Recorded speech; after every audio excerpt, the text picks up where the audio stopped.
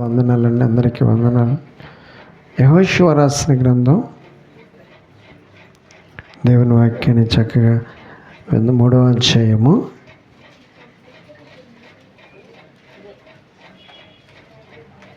2వ అధ్యాయము 9వ వచనం. యెహోషువ రాసిన గ్రంథం 2వ అధ్యాయము 9వ వచనాన్ని మనం చదువుకుందాం. యెహోవా ఈ దేశమును మీకు ఇచ్చుచున్నాడని మీ వలన నాకు భయం పుట్టునని, మీ భయం వల్ల ఈ దేశ నివాసులందరికీ ధైర్యం చెడునని నేను ఎరుగుదును. స్తోత్రాలు చెల్లిద్దాం. వినగలిగినట్లయితే, ఈ మాట అర్థమైనట్లయితే అందరికీ కూడా చాలా మంచిది. దేవుని యొక్క మాటలు మనం అర్థం చేసుకునేలాగా సిద్ధపడదాం. దేవుని యొక్క వాక్యంలో నుంచి దేవుడు మనతో ఇలాగ మాట్లాడుతూ ఒక్కొక్కరి స్థితిగతులు ఎలా ఉన్నా, పరిస్థితులు అనుభవాలు ఎలా ఉన్నా, దేవుడు మనకి ఈరోజు సిద్ధపరిచినటువంటి ప్రత్యేకమైనటువంటి వాగ్దానం, దేవుడు మన కొరకు ఏం సిద్ధపరిచాడో అది మనకందరికీ కూడా వినిపిస్తూ ఉన్న ఈ సమయంలో జాగ్రత్తగా ఆ మాటల వైపు మనం మనసును పెడదాం. ఎందుకంటే ఈ సమయంలో పరిస్థితులు ఎలా ఉన్నా, స్థితిగతులు ఎలా ఉన్నా, ప్రయాణాలు ఎలాంటి ప్రయాణాలు చేయవలసి వచ్చినా, ఒకవేళ ధైర్యం ఉన్నా, ధైర్యం లేకపోయినా, బలం ఉన్నా లేకపోయినా, ఆరోగ్యం ఉన్నా లేకపోయినా, కనీస స్థితిగతులు ఎలా ఉన్నా, దేవుడు ఒక మాట మనకి, అద్భుతమైన మాట, మనకందరికీ కూడా అవసరమైనటువంటి మాట ఇదిగో మనకందరికీ వినిపిస్తాయని అంటున్నాడు. నీ మీద పగపట్టి నీకు కీడు చేయాలని, నీకు హాని చేయాలని ఎన్నో ప్రయత్నాలు చేస్తున్న వారికి ఇదిగో ఇప్పుడు దేవుడు జరగబోయే కార్యం చెప్తున్నాడు. నీ భయం నువ్వంటే వాళ్ళకి భయం. చూడండి, దేవుడు ఎంత గొప్ప మాట చెప్తున్నాడంటే, నువ్వు ఇదివరకు లోకు కావచ్చు, చులకన కావచ్చు, చిన్న చూపు చూడవచ్చు, కానీ ఇప్పుడు దేవుడు ఆ పరిస్థితులన్నిటిని గమనించి ఆయన అంటున్నాడు, నువ్వంటే వాళ్ళకి భయం వచ్చేలాగా చేస్తాను. స్తోత్రాలు చెల్లిద్దాం. ఏం చేస్తానంటున్నాడు? నువ్వంటే వాళ్ళకి భయం వచ్చేలాగా చేస్తాను. ఇది జరుగుద్దా? ఇలా జరగటం మనం చూస్తామా? ఈ మాట వినడానికైతే ఎలా ఉంది? వినడానికైతే జరిగితే బాగుండు, ఇప్పుడే దేవుడు చేస్తే బాగుండు అన్నట్లుగా మనకు కూడా అనిపిస్తుంది. కానీ దేవుడు ఒకవేళ మరి చేస్తాడా చేయడా అనేటువంటి అనుమానం మనకు వస్తుందా రాదా? మాట్లాడుతున్నటువంటి దేవుడు చెప్తున్నటువంటి మాట సామాన్యమైనటువంటి మాట కాదండి. స్తోత్రాలు చెల్లిద్దాం. ఇదిగో మనం చూడగలిగితే ఒక దేశము చూడండి మరి సిద్ధపడుతూ ఉంది, దాడి చేయడానికి ప్రయత్నిస్తూ ఉన్నటువంటి సమయంలో, ఆపద పొంచి ఉన్నటువంటి సమయంలో, ప్రమాదాల గుండా వెళ్ళాల్సిన పరిస్థితులు వచ్చినప్పుడు, అలా జరుగుతున్నప్పుడు, అలా వాళ్ళ జీవితంలో వాళ్ళు అనుభవిస్తూ ఉన్నప్పుడు దేవుడు చెప్తున్నాడు, మీ భయం. ఇప్పుడు మీరంటే వాళ్ళకి భయం. వాళ్ళకి ఏముండదు, ఇక మిమ్మల్ని ఎదుర్కోవడానికి ధైర్యం ఉండదు. ధైర్యం ఏమవుతుందో సరిపోదు. స్తోత్రాలు చెల్లిద్దాం ఒకసారి. ఇది ఎట్లా జరుగుద్ది ప్రభువా? ఒకవేళ మనం కూర్చొని వింటూ, ఈ వాక్యాన్ని వింటూ, మనం కూడా అభిప్రాయపడుతూ, ఆలోచన చేసుకుంటూ, అది జరుగుద్దా? అలా పరిస్థితులు మార్పు వస్తాయా? అలా స్థితిగతులు ఖచ్చితంగా మారిపోతాయా అంటే, ఈరోజు అనుమానపడితే ఏ విధంగానూ కూడా మనం అటు కార్యాలని అప్పటికీ కూడా చూడం. కానీ ఈరోజు దేవుడు మనతో మాట్లాడుతున్నది నిజమే, సత్యమే, దేవుడు సూటిగా మాట్లాడుతున్నాడు అనేటువంటి సంగతిని మనము మరి నమ్మగలిగినట్లయితే, ఆయన మాట ఇచ్చి అనడం తప్పే దేవుడు కాదు. ఇదిగో ఈ మాట ఇశ్రాయేలీయులటువంటి ప్రజలకి మరి దేవుడు ఇచ్చిన తర్వాత వాళ్ళ జీవితంలో నెరవేర్చు వాళ్ళు నడిపిస్తున్నట్లుగా ఈరోజు మరి ఆయన్ని నమ్ముకొని, ఆయన మీద ఆధారపడి, ఆయన ప్రేమిస్తూ, ఆయన పాదాల దగ్గర కూర్చున్నటువంటి నీకును కూడా దేవుడు ఏమైనా అన్యాయం జరగనిస్తాడా? ఏమండి నీవు అన్యాయము చూడండి మరి అనుభవించడము ఆయనకి ఏమాత్రమైన ఇష్టమా? నీ జీవితంలో ఏ అన్యాయం జరగటం ఆయనకి ఏమాత్రం ఇష్టమో లేదు. నువ్వు దోచుకోబడము, నీ సొత్తు అపహరించబడడం ఆయనకి ఏమాత్రం ఇష్టమో లేదు. కనుక నీవు దీవించబడాలి, నీ కుటుంబం పచ్చగా ఉండాలి, నువ్వు మేలు అనుభవిస్తూ నీ దినములన్నింటిలో కూడా క్షేమాన్ని నువ్వు చూడాలి. అది దేవుని యొక్క ఉద్దేశము. స్తోత్రాలు చెల్లిద్దాం. ప్రేమ కలిగినటువంటి దేవుడు మనతో ఏం చెప్పాలనుకుంటున్నాడు ఈరోజు మనం అర్థం చేసుకోగలిగినట్లయితే, నిన్ను అంతగా ప్రేమించే దేవునికి నీ పట్ల ఎంత శ్రద్ధ ఉన్నదో మనం ఆలకించగలిగినట్లయితే ఆయన అంటున్నాడు, నువ్వు భయపడాల్సిన అవసరము లేదు. ఇక నీకు భయపడేటటువంటి పరిస్థితులు ముందు ఉండవు. మరి దేవుడు మనకేమి చేయబోతున్నాడో ఆ విషయాలని మనం అందరం కూడా జాగ్రత్తగా వినగలిగినట్లయితే, అది బలమైందే కావచ్చు, నువ్వు ఎదుర్కోలేందే కావచ్చు, నువ్వు మొయ్యలేందే కావచ్చు, నీ వల్ల కాకపోవచ్చు, నీ ప్రయత్నాల వల్ల కూడా కాకపోవచ్చు. నువ్వు ఆధారపడుతున్నావు కాబట్టి, నీవు సహాయం కోరుకుంటున్నావు కాబట్టి, నువ్వు ఆశ్రయిస్తున్నావు కాబట్టి, నువ్వు బ్రతిమలాడుకుంటున్నావు కాబట్టి, ఆయన కలగజేసుకుని ఆయన నీలో ఉండి ఏం చేయబోతున్నాడు? నీకు హాని చేసే వాళ్ళకి భయాన్ని ఎవరికి? నీకు హాని చేయాలని చూస్తున్నారు చూడు, నీ కీడు చేయాలని చూస్తున్నారు చూడు, నీకు చూడండి మరి ఏదైనా చిక్కులు పెట్టాలని, అవమానపరచాలని, నిందించాలని చూసేవాళ్ళు ఉండరంటారా? ఏం చేయాలని? అవమానపరచాలి, నిందించాలి, ఎలాగైనా నిన్ను తలెత్తుకోకుండా చేయాలి. ఎన్నో రకాలైనటువంటి ప్రయత్నాలు చేసేవాళ్ళు ఉంటారు, రకరకాలైనటువంటి మనుషులు ఉంటారండి. చూస్తూ ఉన్నట్లయితే కొందరితో మరి చాలా ప్రమాదం, కొందరు చాలా ప్రమాదాన్ని చూడండి తలపెడుతూ ఉంటారు, ఆపదలు తలపెడుతూ ఉంటారు. ఎలా ఎదుర్కోవాలో మనకి ఏం సరిపోదు? ధైర్యము ఉంటుందా? ధైర్యము ఉండదండి. మరి అలాంటి పరిస్థితుల్లో మరి ఎవరు వస్తారు మనల్ని విడిపించడానికి? ఎవరున్నారు మనల్ని విడిపించే వాళ్ళు ఈ లోకంలో? ఎక్కడికి వెళ్ళాలి మనము సహాయం కోసం? ఆలోచన చేయగలిగినట్లయితే ఎక్కడ కూడా సహాయము లేదు. మరి సహాయం ఎక్కడ వస్తుందో ఈరోజు మనకి చక్కగా మరి దేవుడు ఆ సహాయం దొరికేటటువంటి ఆ చోటను మనకు చూపిస్తూ, ఆ చోట్లోనికి వచ్చి వాళ్ళకి ఎటువంటి సహాయం కావాలన్న దేవుడు సహాయము చేస్తాడు. ఈరోజు మరి ఈ ప్రజలు వట్టి వాళ్ళు కాదు, ఒంటరి వాళ్ళు కాదు. మనం ఒంటరి వాళ్ళం అండి. మనం ఒంటరి వాళ్ళం. మనకు దేవుడు ఉన్నాడా?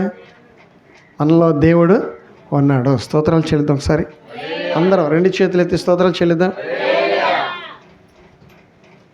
జాగ్రత్తగా వినగలిగినట్లయితే దేవుడు చెప్పేటటువంటి మాట అది గొప్ప మాట అనమాట. ఎంత గొప్ప మాట అంటే, నిన్ను ఎదుర్కొనే వాళ్ళకి ఏముండదు అంటున్నాడు? ధైర్యము ఉండదు. నిన్ను ఎదుర్కోవడానికి ఎవరు చూడండి, నీకు హాని చేయడానికి ఎవరు వస్తున్నారో వాళ్ళకి ఏముండదంటే ధైర్యము ఉండదు. చూడండి, ఎందుకని ఈ మాట చెప్తూ ఉన్నాడు దేవుడు? ఎందుకు ఈ యొక్క మరి ఈ విషయాన్ని దేవుడు మనకి ఎందుకు వినిపించాలనుకుంటున్నాడు? మనలో కూడా ఎన్నో రకాలైనటువంటి భయాలు ఉంటాయి. రకరకాలైనటువంటి పరిస్థితులు గుండా మనం వెళ్ళవలసి వచ్చినప్పుడు ఒక్కొక్కరికి ఒక్కొక్క పరిస్థితులు ఏమనిపిస్తుంది? బయటపడతానా, బ్రతుకుతానా, నిలబడతానా, చూడగలుగుతానా అనేటువంటి భయం ఖచ్చితంగా వేస్తుంది. ఇన్ని ప్రయత్నాలు చేసినా, ఇంతకాలం నుంచి మరి నేను ఎన్నో ప్రయత్నాలు చేసినప్పటికీ కూడా ఈ ప్రయత్నాలకి ఏమి రావట్లేదు, ప్రతిఫలము రావట్లేదని చెప్పేసి మనకేమనిపిస్తుంది?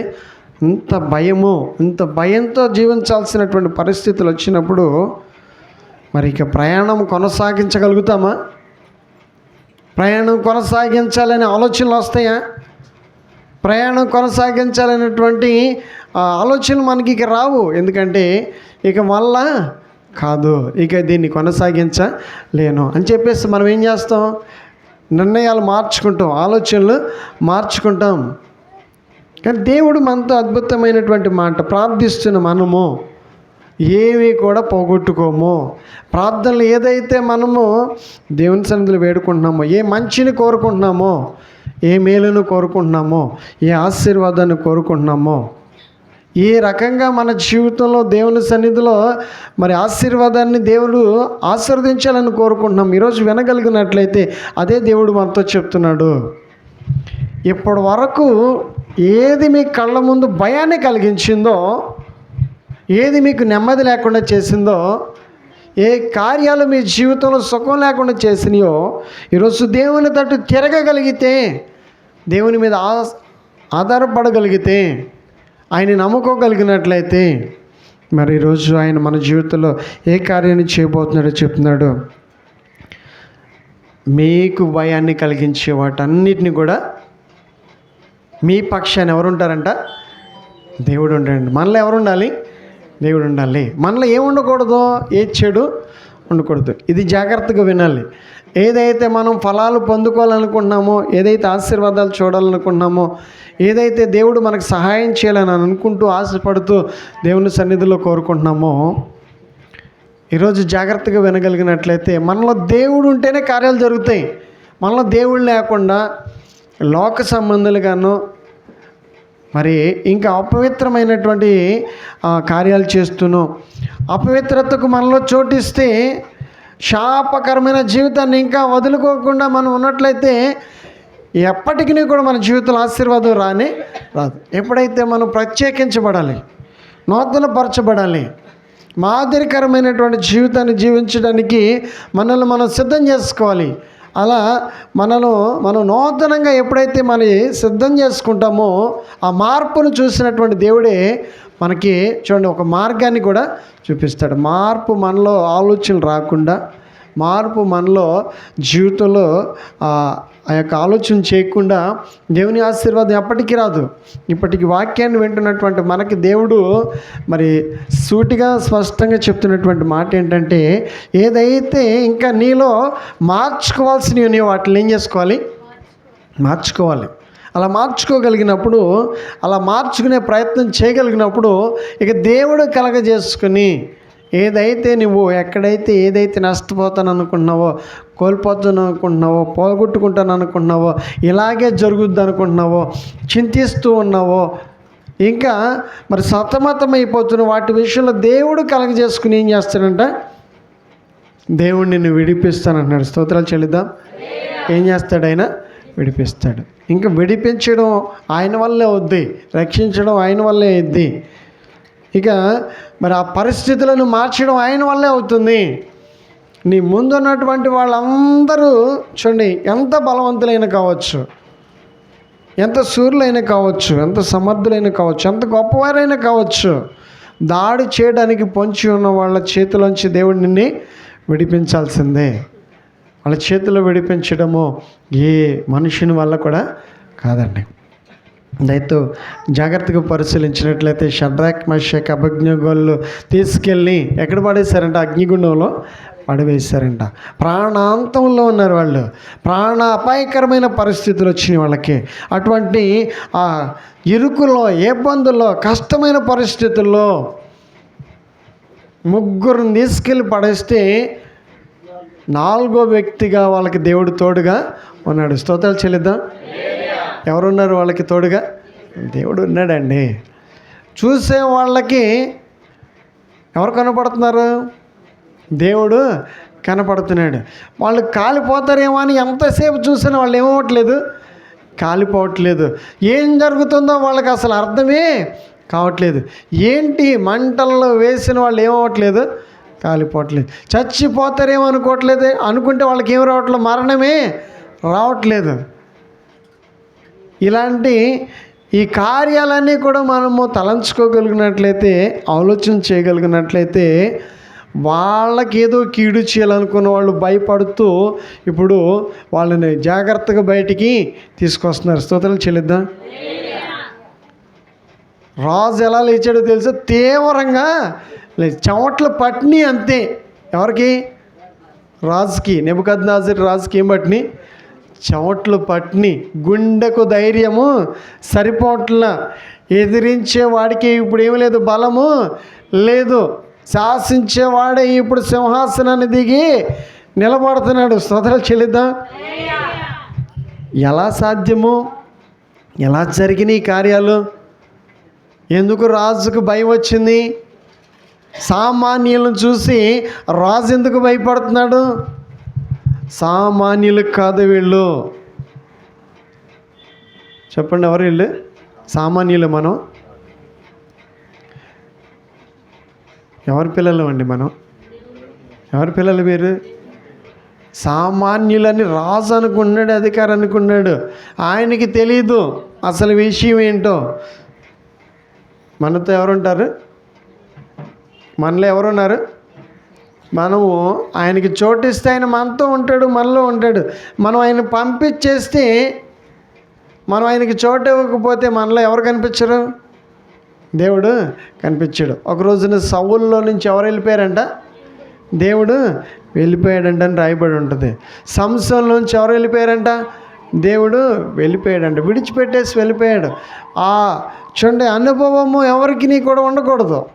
దేవుడు వెళ్ళిపోయేదాకా మనము ప్రవర్తించకూడదు. వాళ్ళ ప్రవర్తనను చూడలేక దేవుడు ఏం చేశాడు? వెళ్ళిపోయాడు. అదిగో అదే మనము జాగ్రత్త పడాల్సినటువంటి విషయము. ఈరోజు నువ్వు మరి ఏదైనా సాధించాలంటే, ఏదైనా ఫలాన్ని మరి పొందుకోవాలంటే, ఏదైనా దేవుడు నిన్ను కనికరించాలంటే ఆయన నీతో ఉంటేనే నువ్వు ఫలాలు చూడగలుగుతావు. ఆయన్ని విడిచిపెట్టేసి ఆయన లేకుండా నువ్వు ఎంత కష్టపడి ప్రయత్నం చేసినా దానికి ఏ విధమైన ప్రయోజనము ఉండదు. అందుకని ఈరోజు మనం అందరం కూడా ఆయనకి చోటు ఇవ్వాలి. మనలో ఎవరికి చోటు ఇవ్వాలి? దేవునికి. అందుకని మనం చేసే కార్యాలన్నీ కూడా ఎలా ఉండాలి?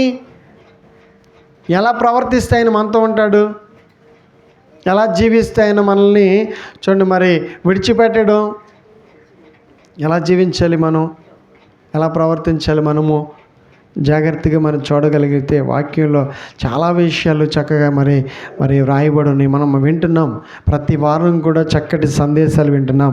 దేవుడు మనతో ప్రత్యేకమైనటువంటి వర్తమానాలు అందిస్తూ, దేవుడు మనల్ని హెచ్చరిస్తూ, సిద్ధపరుస్తూ, నూతనపరుస్తూ దేవుడు మనల్ని దర్శిస్తున్నటువంటి ఆ వాక్య భాగాలన్నింటిలో మనము చక్కగా మరి నిలబడుతున్నామా, ఆ వాక్యానుసారంగా జీవిస్తున్నామా అని మనల్ని మనం ఏం చేసుకోవాలి? పరీక్ష చేసుకోవాలి. వాక్యాన్ని వింటున్నామంటే వింటమే చాలంటారా? వింటే ఆశీర్వాదాలు వచ్చేస్తాయా? విన్న తర్వాత ఏం చేయాలి? ఆచరించాలి. చెప్పండి, ఏం చేయాలి? ఆచరించాలి. వాక్యాన్ని విన్న తర్వాత ఆచరించడము. ఎవరైతే మరి ఆచరిస్తారో, నిజంగా నేను ఇలా ఉంటాను, ఎలా తీర్మానం తీసుకుంటాను, ఎలా జీవిస్తాను, ఎలా నడుస్తున్నాను అని చెప్పేసి ఎప్పుడైతే దేవునికి కనబడతారో ఆ వ్యక్తి చూడండి ఎప్పటికీ కూడా దేనికి భయపడాల్సిన అవసరం ఉండదు, తిరిగి చూసుకోవాల్సిన అవసరం ఉండదు. దేవుడు ఏ విషయంలోనూ కూడా తక్కువ కొదువ చేయడు. మనం ప్రత్యేకించబడుతున్నాం కాబట్టి, ప్రత్యేకంగా ఉంటున్నాం కాబట్టి లోకంలో ఉన్న వాటికి వేటికి మనలో ఏమి ఇవ్వట్లేదు, చోటు ఇవ్వట్లేదు. కాబట్టి దేవుడు మనల్ని అంతకంతకు ఏం చేస్తాడు? ఆశీర్వదిస్తాడు. స్తోత్రాలు చెల్లిద్దాం. అలా ప్రత్యేకించబడడానికి మనం ప్రతిరోజు ఏం చేయాలి? ఆలోచన చేయాలి. ప్రతిరోజు ఒక ఆలోచన చేసుకోవాలి. నేను దేవుని కోసం ఏం చేస్తున్నాను? దేవుడు నాకు సెలవిచ్చిన వాటిలో నేను ఎంతవరకు చక్కగా మరి నెరవేరుస్తున్నాను? దేవుడు సెలవిచ్చిన మాటలకి నేను ఎంతవరకు నా జీవితాన్ని అలాగ జీవిస్తున్నానని మనల్ని మనం ప్రశ్న వేసుకుంటూ పరీక్షించుకుంటూ ముందుకు వెళ్ళగలిగినట్లయితే ఖచ్చితంగా మనము ఆశీర్వదింపబడతాం. అలాంటి ప్రవర్తన చూడండి మనం కాపాడుకోవాలి. అలా జీవించడానికి మనల్ని మనం ఎప్పుడైతే మరి సిద్ధం చేసుకుంటామో అప్పుడు మనము ఆశీర్వదింపబడడానికి ఎక్కువ అవకాశము ఉంటుంది. అలా మనల్ని దేవుడు జీవించమని చక్కగా అలాంటి జీవితానికి మనందరినీ కూడా మరి దేవుడు నడిపిస్తూ మంచి విషయాల మీద మనకి మంచి ఆలోచనల్ని మరి నేర్పిస్తూ, మంచి ఆలోచనలు నేర్పిస్తూ ఏవి చేయాలో ఏవి చేయకూడదు, ఏవి చూడాలో ఏవి చూడకూడదు, ఏవి వినాలో ఏవి వినకూడదు, ఎప్పటికప్పుడు పవిత్రమైనవి ఏవో అపవిత్రమైనవి ఏవో, మంచేదో చెడేదో దేవుడు తెలియజేస్తున్నప్పుడు మనల్ని మనం ఏం చేసుకోవాలి? మనల్ని మనము కాచుకోవాలా వద్దా? ఖచ్చితంగా మనం కాచుకోవటం మంచిది. అలా కాచుకోగలిగిన వాళ్ళు ఇదిగో విరోధుల చేతుల్లో నుంచి విడిపించబడతారు. స్తోత్రాలు చెల్లిద్దాం. ఎవరి చేతులోంచి? కీడు చేసే వాళ్ళ చేతిలోంచి ఏమవుతారు? విడిపించబడతారు. బలవంతుల చేతులు, శత్రువుల చేతిలోంచి విడిపించబడతారు. ఇలా చూడండి, మనం వింటూ ఉన్నట్లయితే ఇలా జరిగిన వాటిలన్నింటినీ కూడా జ్ఞాపకం చేసుకోగలిగినట్లయితే ఇలా షడ్రక్ మేషక్ అబేద్నెగోలు అనే వాళ్ళని ఏ నేరం చేస్తే తీసుకెళ్ళి శిక్షించారు? ఏ నేరం చేస్తే వచ్చింది వాళ్ళకి శిక్ష? వాళ్ళు చేసిన నేరం ఏంటి? ఏమి నేరం రుజువైన తర్వాత వాళ్ళని తీసుకెళ్ళి అగ్నిగుండంలో పడేశారు, మరణశిక్ష విధించారు. నేరం ఏమైనా ఉందా? నేరం చేశారు వాళ్ళు? వాళ్ళకు విధించిన శిక్ష న్యాయమా అన్యాయమా? మరి చెప్పండి, చెప్పాలి. వాళ్ళకి విధించిన శిక్ష న్యాయమేనా అన్యాయమా? అది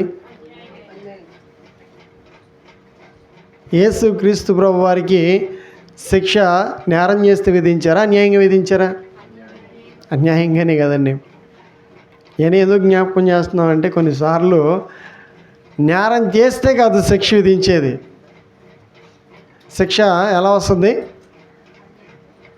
అన్యాయంగా కూడా ఏం చేస్తారు? శిక్ష విధిస్తారు. దీనికి మీరు ఒప్పుకుంటారా? పర్లేదులే మేము భరిస్తాం అంటారా? అన్యాయంగా శిక్ష ఇస్తే, శిక్ష వచ్చి పడితే తట్టుకుంటారా పని? అన్యాయస్తులు వచ్చి అలా దాడి చేస్తుంటే ఒప్పుకుంటారా? నేను అడుగుతుంది మిమ్మల్నేనండి. అన్యాయంగా ఇలాగా మన జీవితంలో అన్యాయం జరిగితే, మన కుటుంబంలో అన్యాయం జరిగితే ఒప్పుకుంటారా? పోనీలే పర్వాలేదులే అనుకుంటారా? ఏమనుకుంటారు? చెప్పాలి ఆలోచన. ఇలా జరగకూడదు, ఖచ్చితంగా ఇలాగా జరగకూడదనని ఆలోచనలు అన్నారు అవ పని. కానీ దేవుడు ఏం చెప్తున్నాడంటే అలా చూడండి, ఒకవేళ ఎదుర్కోవాల్సి వస్తే, అలాంటి పరిస్థితులే ఎదురొస్తే, ఇదిగో మీరు కనుక దేవునితో సంబంధం కలిగిన వాళ్ళైతే, ఎవరితో? దేవునితో సంబంధం కలిగిన వాళ్ళైతే, ఇదిగో మిమ్మల్ని చూసి వాళ్ళే మీకు కీడు చేయడానికి ఏమవుతారంట? భయపడతారు. స్తోత్రాలు చెల్లిద్దాం. ఇది చాలా సంతోషకరమైన మాట. మరొకసారి కూడా చెప్పచ్చు స్తోత్రాలు. వాడు సిద్ధపడుతూ ఏం చేయడానికి? కీడు చేయడానికి, ఎదుర్కోవడానికి. చూడండి, వాడి ఎన్నో రకాలైనటువంటి ప్రయత్నాలు చేయడానికి వాడు సిద్ధపడుతుంటే, ఇప్పుడు వాడికి ఏమి లేదంట ఎదుర్కోవడానికి, నిన్ను ఎదుర్కోవడానికి ధైర్యము లేదంట. ఎందుకని? నీళ్ళు ఎవరున్నారు? నీళ్ళు ఎవరు కనబడుతున్నారు? యేసయ్య కనబడుతున్నాడు. మనలో ఎవరు ఉండాలి? శత్రువు భయపడాలంటే మనలో ఎవరు కనిపించాలి? శత్రువుకి నువ్వు ఒక్కడ వెళ్ళి కనిపిస్తే సరిపోదు. మన రూపాన్ని చూసి కదా వాడు భయపడేది, మన ఆకారాన్ని చూసి కదా వాడు భయం వచ్చేది. మనలో ఎవరు కనిపించాలి? యేసయ్య. మనలో యేసయ్య ఉంటాడా? మనలో యేసయ్య ఉంటాడా అంటే మనకే డౌట్గా ఉంటుంది. ఎందుకనంటే మనలో యేసయ్య ఉన్నాడో లేదో చూడండి, మనం యేసయ్యతో ఉన్నామో లేదో మనకు బాగా తెలుసు. ఎందుకంటే మన కార్యాలను బట్టే మనకు అర్థమైపోతూ ఉంటుంది, మన ప్రవర్తన బట్టే మనకు అర్థమైపోతూ ఉంటుంది. మనం దేనికి చోటిస్తున్నామో, ఈరోజు దేవునికి చోటిస్తున్నావా, లోకానికి చోటిస్తున్నావా, లోక కార్యాలకి చోటిస్తున్నావా, లోక విషయాల మీద నువ్వు మనసు పెడుతున్నావా? అలాగైనట్లయితే నీళ్ళు ఎవరు ఉండరు? యేసయ్య ఉన్నాడు. నువ్వు ఎప్పుడైతే వాక్యాన్ని చదువుతావో, ప్రార్థన చేస్తావో, మందిరానికి వస్తావో, సంఘంలో ఉంటావో, సహవాసంగా దేవుణ్ణి మరి వెంబడిస్తావో, అప్పుడు నీతో ఎవరు ఉంటారు? యేసయ్య ఉంటాడండి. క్రమముగా ఉన్నప్పుడే యేసయ్య నీతో ఉంటాడు. అంతేకాని అక్రమంగా జీవిస్తే దేవుడు నీతో ఉండడు. ఉంటాడా? క్రమం కావాలి. ఆయన నీతో ఉండాలంటే క్రమం. తీసుకువెళ్ళి వాళ్ళని బబులోను దేశంలో ఇది తినండి, ఇది తింటేనే, ఇది తినకపోతే మీకు శిక్ష వేస్తానంటున్నారు. ఇలాగొచ్చేసి మీరు మా దేశ సాంప్రదాయాల్ని మీరు కూడా పాటిస్తే, లేకపోతే మీకు శిక్ష వేస్తామంటున్నారు. ఇది అన్యాయమా న్యాయమా? చాలా అన్యాయం కదండి. వాళ్ళు ఏం చేస్తారు? వాళ్ళ మీద ఒత్తిడి ఏం తీసుకొస్తున్నారు? ఒత్తిడి తీసుకొచ్చి వాళ్ళు అలాగా బలవంతంగా మార్చాలని ప్రయత్నం చేస్తే, వాళ్ళు ఏ విధంగా ప్రయత్నం చేస్తున్నా వీళ్ళు మాత్రం వాళ్ళకి ఏమవట్లేదు, అసలు లొంగని కూడా లొంగట్లేదు. భక్తి విషయంలో రాజీ పడడానికి వీలు లేదు. దేంట్లో రాజీ పడకూడదు? భక్తి విషయంలో రాజీ పడడానికి వీలు లేదు. భక్తిని మాత్రము మనము ఎక్కడ కూడా రాజీ పడకూడదు. వాళ్ళు తినే విషయంలో వాళ్ళని బలవంతం చేయాలని చూశారు, కానీ వాళ్ళు ఏం చేయట్లేదు, దానికి ఒప్పుకోవట్లేదు. చూడండి, మా దేశ ఆచార సాంప్రదాయం ప్రకారంగా మీరు కూడా మాతో కూడా కలవాలంటున్నారు, కానీ దానికి కూడా వాళ్ళు ఏమవట్లేదు, ఒప్పుకోవట్లేదు. అలా వాళ్ళని ఎన్నో రకాలుగా బలవంతంగా మార్చాలని ప్రయత్నం చేశారు, వాళ్ళు దానికి అసలు ఒప్పుకోవాలి. ఈరోజు మనం కూడా దేనికి ఒప్పుకోకూడదు? భక్తి విషయంలో ఎవరు చెప్పినా, భక్తి విషయంలో వాక్యానుసారంగానే ప్రవర్తిస్తానని నిర్ణయం మనము తీసుకోవాలి. వాక్యంతో మనల్ని ఏం చేసుకోవాలి? పోల్చుకోవాలి. దేంతో పోల్చుకోవాలి మన భక్తి? వాక్యంతో. వాక్యం లేకుండా ఎంత భక్తి చేసిన ఉపయోగం ఏముంటుంది మనకి? చూడండి, మరి దిద్దుబాటు నేర్పించేది ఏంటి? వాక్యమే. మనల్ని దిద్దేది వాక్యమే, సరిచేసేది వాక్యమే. వాక్యం లేకుండా మనకి మంచేదో చెడేదో తెలియజేసేవాళ్ళు ఎవరండి? ఎవరు వచ్చి తెలియజేస్తారు మనకి? ఎలా తెలుసుకుంటాం మనం? ఎలా మనకు ఆ అనుభవం వస్తుంది? వాక్యమే నేర్పించేది ఎవరు? కనుక ఈరోజు మనము వాక్యానుసారంగా ప్రవర్తించే వారమై ఉండాలి. అప్పుడు శత్రువుకి నువ్వంటే భయం, విరోధికి భయం, నిన్ను ఎదుర్కొనే వాళ్ళకి భయము. నిన్ను ఎదుర్కోవడానికి ఎవరికి కూడా ఏం సరిపోదు? ధైర్యము సరిపోదు. అది దేవుడు చెప్తున్నటువంటి మాట. అంటే మందిరానికి వచ్చేసిన అంత మాత్రాన, దేవుని వాక్యాన్ని కూర్చుని విన్నంత మాత్రాన ఎంత గొప్ప కార్యం దేవుడు మన జీవితంలో చేస్తాడంటే ప్రవర్తన మారకుండా చేయడు. ఎప్పుడైతే మనం మార్చుకొని ఏ విషయాల మీద మనము శ్రద్ధ తీసుకుంటూ, ఏ విషయాల్ని మరి మనము మన జీవితంలో నెరవేర్చడానికి మనము మనసు పెడుతున్నామో చాలా జాగ్రత్తగా పరిశీలించాలి. మంచి విషయాల మీద మనసు పెట్టగలిగినట్లయితే ఖచ్చితంగా విరోధుల చేతిలోంచి దేవుడు మనల్ని, మన కుటుంబాలని విడిపిస్తాడండి. ఇశ్రాయేల్ ప్రజలు అప్పటికి ఒక ప్రాంతానికి వచ్చేసారు. ఎరికో ప్రాంతం దగ్గరలోకి వచ్చారు. ఎక్కడికి వచ్చారు? ఎరుకో ప్రాంతం దగ్గరికి వచ్చారు. ఎరుకో ప్రాంతం దగ్గరికి వచ్చిన వాళ్ళు ఎరుకో ప్రాంతాన్ని దాటడానికి ఇప్పుడు వాళ్ళ చేతులు ఏమీ లేదు. ఇప్పుడు దగ్గరకైతే రాగలుగుతున్నారు, కానీ దాన్ని జయించడానికి వాళ్ళ దగ్గర ఏమీ లేదు. ఈరోజు జయించడానికి మనలో ఏమీ లేకపోయినా దగ్గరకు వచ్చి పరిస్థితులన్నీ అలాగా చూడండి ఆగిపోయి ఉన్నాయా? కార్యాలన్నీ అలా ఆగిపోయి ఉన్నాయా? అలాగైనట్లయితే ఈరోజు మరి అక్కడ ఫలితాన్ని మనం చూడాలంటే, అక్కడ మనకి ఫలితం రావాలంటే, అక్కడ మనం ఫలాలు చూడాలంటే ఖచ్చితంగా మనలో ఎవరు ఉండాలి? దేవుడు ఉండాలి. ఎవరు కావాలి? మనల్ని విడిపించడానికి దేవుడు కావాలి.